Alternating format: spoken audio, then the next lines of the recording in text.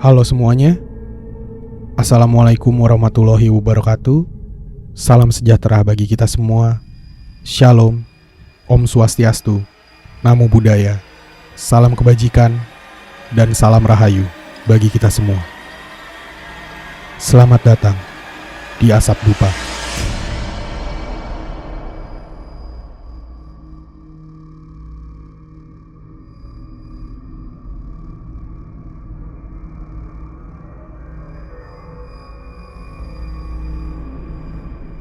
Di episode Asap Dupa kali ini kita akan membahas sebuah ilmu yang banyak banget dicari oleh orang, dan ilmu yang sudah terkenal banget. Banyak juga orang yang sudah mengetahui ilmu ini, dan mungkin banyak juga orang yang ingin memiliki keilmuan ini atau bisa melakukan ilmu ini, ataupun banyak juga orang yang ingin menggunakan ilmu ini. Dan bahkan di sosial media juga banyak banget orang-orang yang menawarkan atau menjualkan jasa ataupun media dari ilmu ini, yaitu ilmu pelet.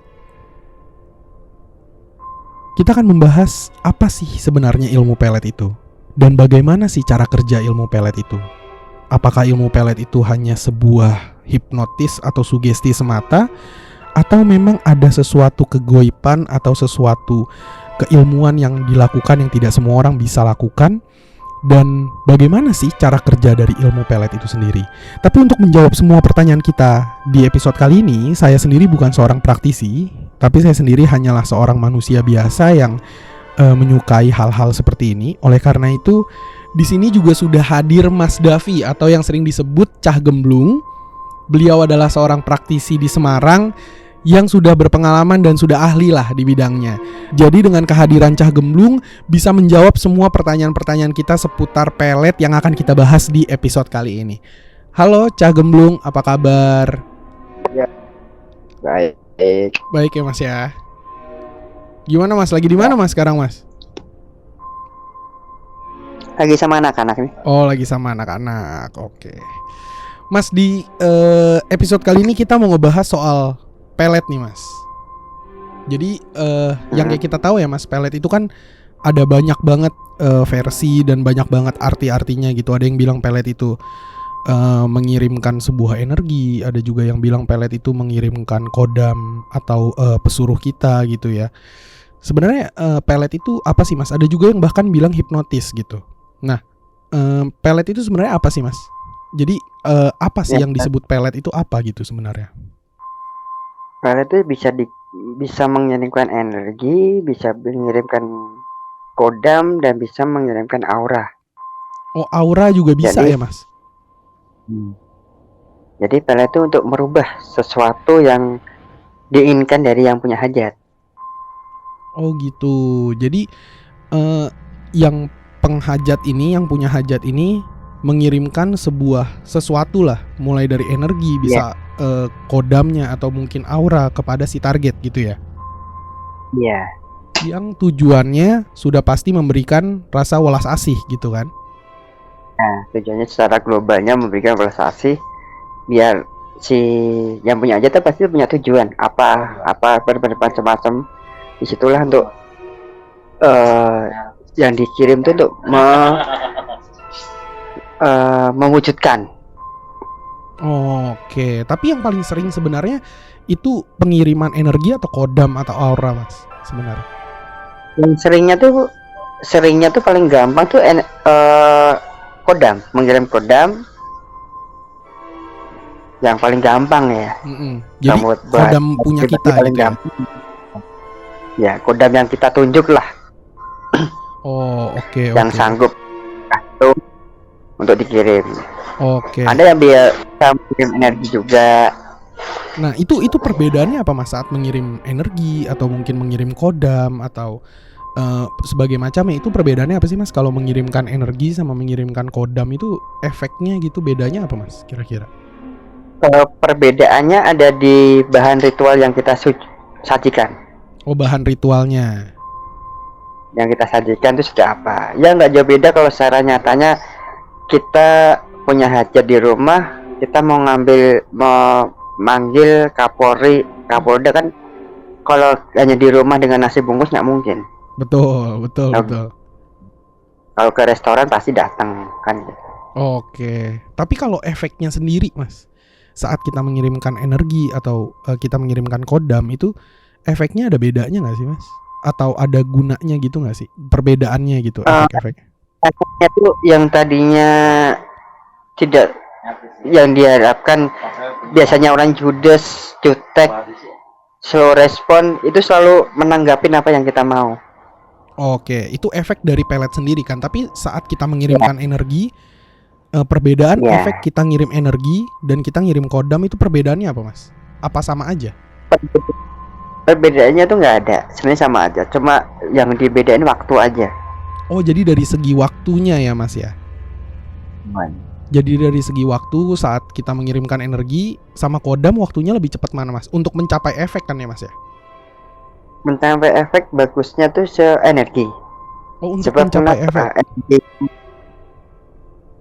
Energi yang kita ciptakan itu kita tahu kemampuan. Jadi suatu praktisi atau dukun atau paranormal yang disebut di dunia sekarang itu punya kemampuan kelebihan. Dan Oke. itu untuk mengatur segalanya. Jadi dia tahu kemampuannya sekian persen. Jadi dia memakai energi yang itu. Kalau kodam berarti kita mempunyai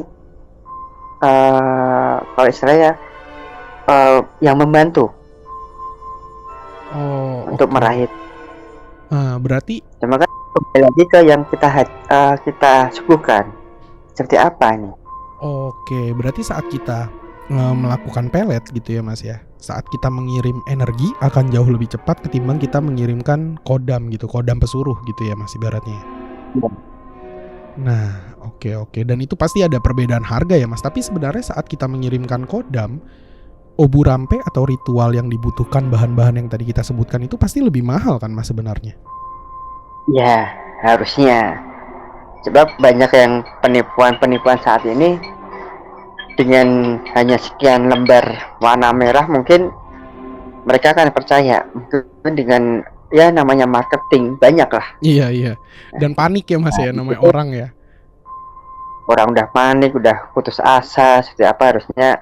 Yang penting kejadian tuh yang kadang-kadang kejebak. Kita ambil Oh. simpelnya aja, harga deh. Kita bisa lihat di pasaran. Mm-mm. Harga kembang berapa, menyan berapa, dupa berapa, hiu berapa. Itu aja sekilas aja, belum yang lain-lain. Mm-mm. Betul betul. Berarti eh, anehnya ya, Mas, tapi secara logikanya ya berarti ya. Saat kita mengirimkan sebuah kodam, itu kan berarti obu rampe atau sesaji yang kita butuhkan lebih mahal ketimbang kita menggunakan energi. Ya, Mas ya. Mm-mm. Mm-mm. Tapi cara kerjanya atau efeknya menggunakan energi justru lebih cepat ketimbang menggunakan kodam gitu, Mas. Iya. Nah, kalau energi kan kembali ke praktisinya. Dengan keadaan dia badan dia gimana, terus kesuciannya dia gimana, dia mati kesucian bukan orang harus suci ya. Mm-mm. Ketemu dia dalam eh, mencapai doa itu. Oh, oke. Berarti sebenarnya energi itu lebih cepat. Cuman kecepatannya ini masih tergantung oleh banyak hal gitu ya, Mas ya. Kalau seandainya pakai kodam itu walaupun lebih lambat mungkin akan lebih konstan gitu ya, Mas, lebih pasti gitu ya, Mas ya. Iya. Oke, oke, oke. Nah, kalau kita ngomongin soal pelet, Mas, banyak juga di sosial media nih yang kita lihat-lihat itu banyak orang yang bilang 1 hari pasti kena, 2 hari pasti kena gitu, minimal seminggu atau 3 hari gitu bisa ditunggu. Nah itu gimana menurut Mas Davi? Apa memang benar Kalau ada yang 1 hari gitu pasti kena saat kita memelet atau melakukan ritual pelet gitu, Mas? satu, itu kembali lagi ke daya pikir kita. Mm-mm. Daya Daya pikir pikirnya si manusia itu praktisi apa pemahar, Mas? dua-duanya. Oh, dua-duanya. Dari praktisi dengan pemahar itu harus sejalan, Mm-mm. seirama. Betul. Sebab kalau ada keraguan dikit, masa sih 1 hari kena, timbul keraguan kan itu Mm-mm. akan menimbulkan mundurnya hari. Oh, Satu kemunduran dari tuh. hari itu sendiri ya, Mas ya? Dan yang kedua, namanya orang ritual, Mm-mm. tidak hanya sekali kita kelar. Oh Pasti iya. minimal paling cepat kita ritual 3 hari. Oke. Untuk kita konstan biar fokus. Oh, oke oke oke oke. Nah, Kalau dari cara kerjanya pelet sendiri itu berapa hari sih Mas? Kan aku juga baca-baca referensi gitu ya, cari-cari di sosial media. Katanya itu ada tahap-tahapnya Mas. Jadi mungkin 2-3 hari pertama itu adalah proses pengiriman mimpi terlebih dahulu, biar si target ini keinget, kebayang sama si pemahar atau mungkin kita yang melakukannya. Terus udah gitu baru ada olah hati. Jadi kayak anak tangga gitu Mas, kayak naik tangga, naik tangga, naik tangga sampai nanti mencapai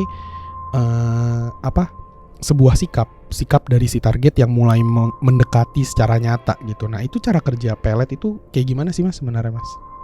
Cara kerja pelet itu ada beberapa versi. Jadi gini, pelet yang secara kita memakai media atau pelet secara kita memakai jasa. Jadi gitu. Ya. Jadi ada dua. Kembali lagi ke poin pertama yang tadi saya bilang, antara praktisi atau dukun atau paranormalnya itu sendiri dengan si yang punya hajat. Itu akan seperti apa? Kontrasnya pemikirannya mereka, seirama apa tidaknya. Nah, jika itu seirama, itu akan cepat. Bisa hitungan detik. Bisa hitungan hari. Berarti sebenarnya tergantung dari si pemikiran pemahar dan pemikiran dari si praktisi ya Mas ya? Ya. Cepat atau lambatnya sebuah proses itu ya Mas ya? Ya, sebab itu kan ada pantangannya juga. Dalam arti pantangan tuh hal-hal yang nggak bisa kita hindarin. Kayak emosi, ego tuh yang bikin penghalang. Emang bahasa emosi, ego itu simple, cuma untuk menghilangkan itu sulit. Oke.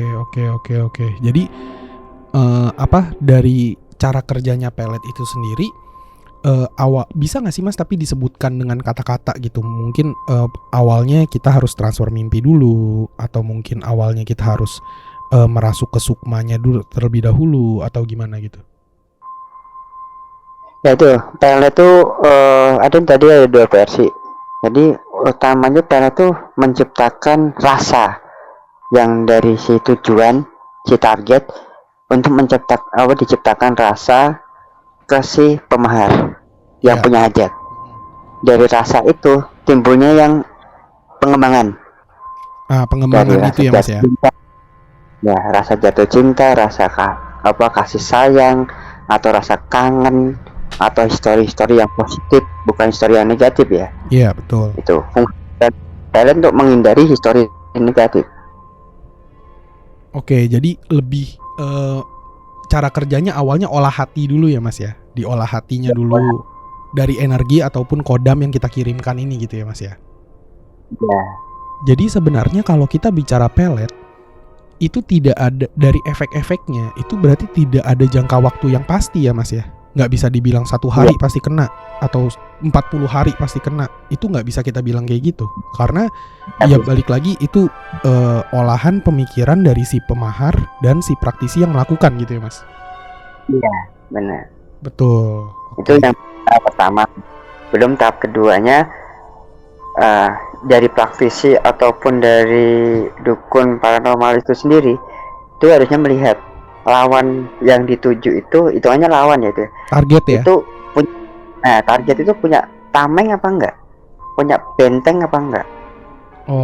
Sebab versi pengembangannya seperti si target udah punya cowok lagi, atau udah punya cewek lagi, atau udah punya pendamping lagi. Itu yang pendamping atau cowok atau cewek itu dia punya pagar enggak untuk melindungi si kekasihnya? Melindungi si target ini gitu ya Mas ya. Oke. Berarti jatuhnya cara kerja dari si pelet ini memang tidak bisa kita definisikan secara waktu gitu ya. Secara mungkin jadi sebenarnya kalau yang di sosial media yang kita lihat kayak sehari pasti kena, 3 hari pasti kena. Ya sebenarnya mereka nggak salah ngomong kayak gitu ya Mas. Tapi dengan catatan ya harus seirama, harus satu frekuensi pemikiran antara si pemahar dengan si praktisi yang melakukan ritual pelet tersebut gitu ya Mas. Dan dengan catatan juga medan perangnya ini lancar jaya gitu, kayak jalan tol ibaratnya Mas ya. Udah jalan tol patwal kan cocok itu. Nah, betul. Jadi lost jos sampai tujuan ya Mas ya. Nggak ada hambatan sama sekali itu ya. Oke. Nah, mungkin pembahasan kita akan sampai situ dulu. Karena kalau kita mau bahas lebih lanjut mulai dari kayak tadi Mas Davi bilang media atau mungkin cara ritualnya segala macam, itu pasti akan banyak banget ya Mas, karena pelet itu pun ritualnya ada dari berbagai cara ya Mas, dari berbagai negara gitu kan Mas. Iya, berbagai cara, berbagai agama, berbagai suku, adat, budaya, berbagai negara, sebab ada silsilah juga dan histori sejarahnya. Nah, betul banget. Mungkin ini juga menarik buat kita bahas. Jadi sejarahnya pelet itu seperti apa dan sebagainya. Mungkin kita akan bahas di episode-episode berikutnya gitu. Nah, makasih banyak Mas Davi nih udah ngejelasin kita dari efek cara kerja pelet. Dan ada juga banyak yang bilang gagal ya Mas ya. Dan itu kan memungkinkan juga untuk gagal. Nah, kenapa bisa gagal segala macam? Mungkin kita bisa bahas di episode berikutnya gitu ya Mas ya. Oke, siap. Makasih banyak nih Mas Davi atas waktunya Mas Davi. Siap. Makasih banyak Mas Davi ya. Salam buat anak-anak Mas. Siap. Makasih Mas. Terima kasih karena telah mendengarkan episode Asap Dupa kali ini. Dan saya ingin menekankan bahwa setiap kata-kata yang Anda dengar dari podcast Asap Dupa adalah sebuah penilaian pribadi dan bukan hal yang mutlak. Jadi bagi Anda semua yang memiliki penilaian lain atau memiliki prinsip lain, boleh coret-coret di kolom komentar di bawah, karena kami sangat terbuka dari pandangan ataupun prinsip-prinsip dari orang-orang lain yang bisa membangun kita semua menjadi lebih baik lagi. Nantikan episode Asap Dupa berikutnya, dan salam rahayu bagi kita semua.